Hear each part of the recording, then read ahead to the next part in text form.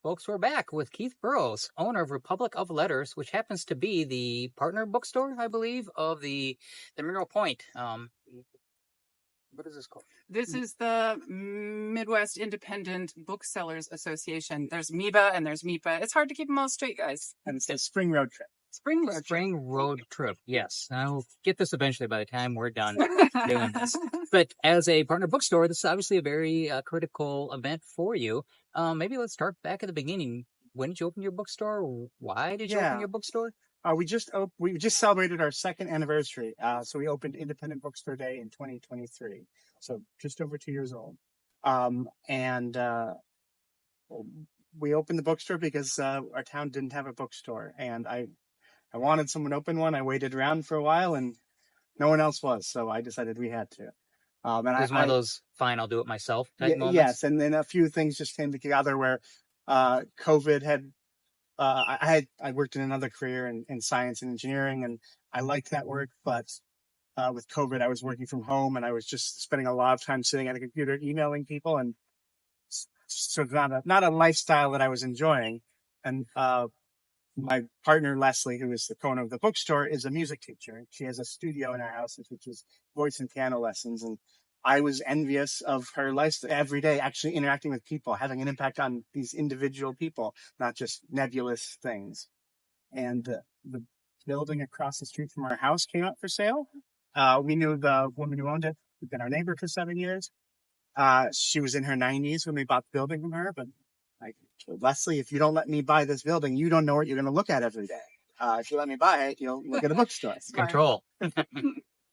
So yeah, just a couple of things kind of came together and made it happen. But I've always been a huge reader, loved bookstores, kind of grew up in bookstores. And so it had always been sort of an ideal retirement job, but just ended up doing it a bit earlier than retirement. Yeah, well, there you go. Yeah, the old saying, if you do what you love, you never work a day in your life. Yeah, so. I always say my worst day, I'm still just stuck in a bookstore. It's not that bad. Wonderful. Right? I love that attitude.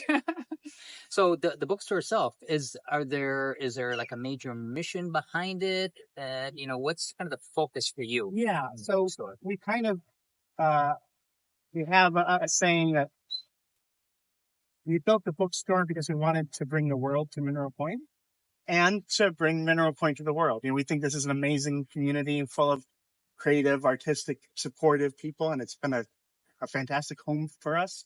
And so we both wanted to, help keep bringing in new ideas and enriching the town, and also maybe, let more people know about how great a town it was. Yeah. It's been a really beautiful place to have the event. I mean, it's lovely. A lot of people are coming here for the first time for the event, which is wonderful. Absolutely. Yeah. My first time here, certainly. So. But for the bookstore itself, we're the only bookstore in town. We're the only bookstore for about half an hour in any direction driving. So we do try to be a general bookstore. We try and make sure we have something for everyone, but we're not the biggest store. So we do have to make choices about what we carry. And we have a cooking school in the back. So a big section of our store is devoted to cookbooks. The cooking school most of their classes are based around specific cookbooks, so we lean in that direction. So that's interesting. I mean, especially because you started with the house across the street. Yes. Obviously, it had a kitchen. Did you have that kind of as a vision to have that sort of kitchen-related, cooking-related? Not at all. It wasn't our idea. So Les and I were opening the bookstore, and a friend of ours, Nicole Pajewski, came to look at the space and said, "You don't want all this space for books. You should have a cooking school in the back here." She's a pastry chef instructor, and she'd moved up to the area a few years ago and had been planning on maybe doing classes out of her house, but decided she didn't want people coming to her house all the time. And I said, "Well, I'm not going to do it, but if you want to do it, you can have the space." And so it's a separate business called the Book Kitchen, but separate business for keeping our lives simple. But really, we work together on all the projects, and it's been fantastic. It brings people through the bookstore who otherwise might not come in, and find out about the cooking school by coming into the bookstore. So it's been a great collaboration. It sounds like it. And did I just hear inside as a part of the events today, they're going to go do something in that kitchen? There's a cookbook author here who's going to do a little demo in the kitchen. That's very cool. And that's something we're building up more. We want to not just have Nicole teaching classes or other instructors that she knows, but start to get cookbook authors to come through and do events. You can be live, it can be live streamed, make more use of that kitchen for cookbook authors. Sure. That's great. It's very cool. We interviewed Sam Jaquest, who owns Blue House Books in Kenosha, Mm-hmm. and similar thing, just a bookstore, small, but on the back side, her landlord has this space, and she was talking about how she wanted to procure that space and kind of start. I don't think it was cooking, but it was other type activities Sure. that were tied into certain books that she'd be carrying, certain You know, events. I So think you're kind of blazing that same trail. I think sounds like. it's not uncommon for bookstores to have a cafe in them, or Yeah. there's other hybrid businesses where it's a plant shop bookstore, anything like that.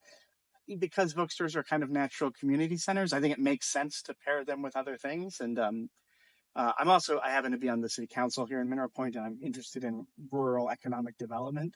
And I think one of the things that works really well in small towns like this is densifying, having more than one thing happening in a building. The bookstore only has the hours it's open, but maybe when we're closed, the kitchen has an event going on, and there's that much more happening in the space. It feels more alive. Got it. That Yeah, makes sense. the kitchen and cooking in general is also so community driven, food and the way we Yeah.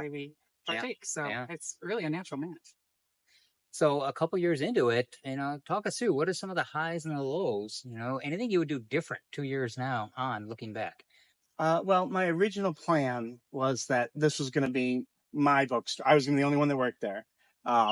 And I could just keep track of everything in my head. That didn't work for several different reasons. So now we have 3 part-time employees that work at the store in addition to me.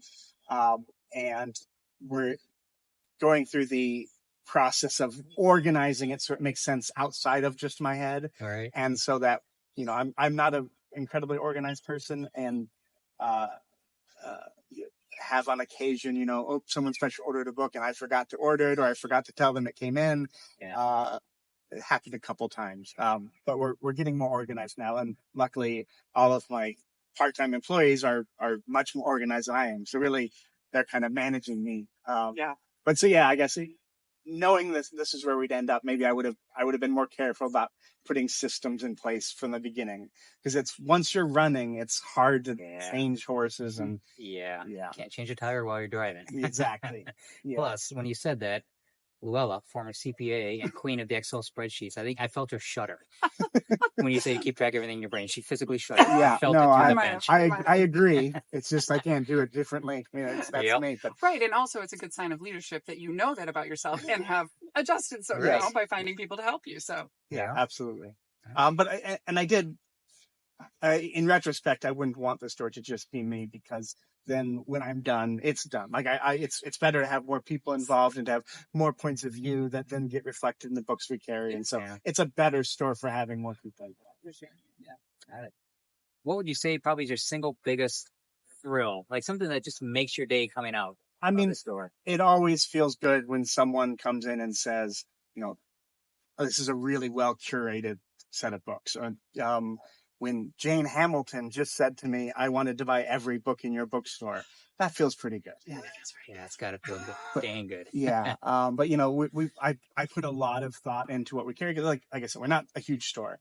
And I really spend a lot of time agonizing over what books to carry. And so when people appreciate that, it feels really good. Okay. So you kind of give a few hints going forward, but say 5 years down the road, what do you think things look like? I think eventually I want to find a way for the bookstore not to depend on me to be there, and to eventually either go to an employee-owned model or a nonprofit-owned store. I'm not going anywhere as far as I know, but also, I'd like it to become a thing that can stand on its own and isn't just dependent on me being around. Yeah, got to build your legacy. Yeah, so it lives on. Yeah, exactly. But I haven't thought very much about any of that yet, apart from thinking that that's yes, the dreams part. Yeah, the vision part. Yep. Yeah, it's tough when everything's in motion. Sometimes it's hard to step back and dream Yeah. and envision a little bit because you're too busy taking care of the details day to day. Yeah, I mean, and can't believe it's already been 2 years. That has absolutely flown by. I bet. Do you have a favorite thing that has happened for this event yet? Like, is there anything that sticks out to you? Well, the thing I'm most excited about is about to happen, which is the cooking demonstration in the book kitchen. I just think it's such a fun space, and Nicole does such a good job running it. And I think there's so much more potential for events that we could do there. So I think this would be a great sort of boost in that direction and get the publishers thinking about that kind of Wonderful. thing. I love it. And then, of course, the reception that we're having tonight at the bookstore, I'm very excited about. The theme of the reception, to plug our book, Nicole, who runs the Book Kitchen, my partner and I, and Kristen Mitchell, who owns Little Creek Press, published a book in March called The Wisconsin Way, which is profiles of 12 driftless area cheesemakers. Oh. And this came out of, again, a confluence of events where Leslie and I have written about food for a lot of different publications over the years. And we know a lot of the cheesemakers. We're very interested in that as a business and a culture around here. And Kristen Mitchell has pivoted her publishing company to focus on Wisconsin authors and Wisconsin themes. And then we had Nicole, who has worked on cookbooks and very interested in teaching people about food. And so we realized we all wanted to do the same thing. None of us had the time to do it by ourselves. But together, we got together and we hired a fantastic photographer and we hired a great journalist to interview the cheesemakers. And we're really proud of the book. I think it tells a real story about small businesses and multi-generational businesses, and also people rediscovering like agriculture, but coming from the city. And so, it's not just like we don't think of it. It's not a regional title. It's not just something for someone when they're in the drift list, but it's kind of a profile of this part of the state, this part of the country. Mm-hmm. And we're really proud of it. Gosh, I can imagine. It sounds amazing. So really the cool. theme of the reception tonight will be Wisconsin Way. I love that, and I love the fact that you collaborated with other folks. None of you had time to do that. I'm sure. Yeah. But you put the four of you together. It was four. But everybody's got 25% time, That's right? Yeah, They can yeah, just yeah. carve out. Yeah. Very, very cool. Well, thank you. I know you've got such a busy day. We Yes. really appreciate you coming and chatting with us. Well, thank you. It was great. Thank you, Keith. Appreciate it. Take care.